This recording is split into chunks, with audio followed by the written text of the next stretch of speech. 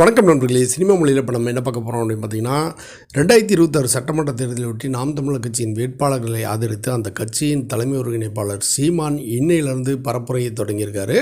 அதனுடைய முழு விபரத்தை தான் பார்க்க போகிறோம். வாங்க.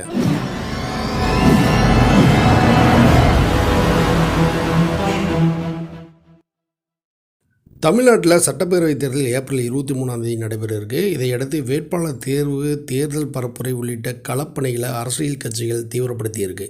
இவற்றில் நாம் தமிழர் கட்சி வழக்கம் போல தனித்து களமிறங்கியிருக்கு. 234 தொகுதிக்கும் வேட்பாளர்களை அறிவித்துவிட்டு தேர்தல் அறிக்கையும் வெளியிட்டிருக்காங்க.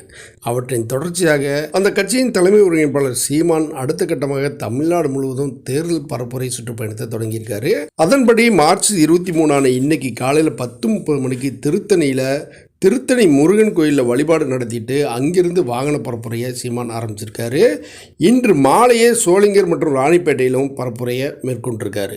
அதைத் தொடர்ந்து மார்ச் 24 வேலூர், குடியாத்தம், ஆம்பூர், திருப்பத்தூர், ஊத்தங்கரை ஆகிய தொகுதிகளிலும், மார்ச் 25 கிருஷ்ணகிரி, சூளகிரி, பாலக்கோடு, பாப்பிரெட்டிப்பட்டி, பெண்ணாகரம் ஆகிய தொகுதிகளிலும், மார்ச் 26 மேட்டூர், ஓமலூர், சேலம், வாழப்பாடி, ஆத்தூர், கள்ளக்குறிச்சி ஆகிய தொகுதிகளிலும், மார்ச் 27 சங்கராபுரம், திருக்கோவிலூர், திருவண்ணாமலை, சேத்துப்பட்டு, வந்தவாசி ஆகிய தொகுதிகளிலும், மார்ச் 28 காஞ்சிபுரம், ஸ்ரீபெரும்புதூர், பூந்தமல்லி, திருவள்ளூர், ஆவடி ஆகிய தொகுதிகளிலும் பரப்புரை செய்ய இருக்கார். மேலும் வாகனத்தில் இருந்தபடியே பரப்புரை, பொதுக்கூட்டங்கள், அரங்க கூட்டங்கள் என வாய்ப்புள்ள எல்லா வகைகளிலும் பரப்புரை மேற்கொள்ள இருக்கார் சீமான்.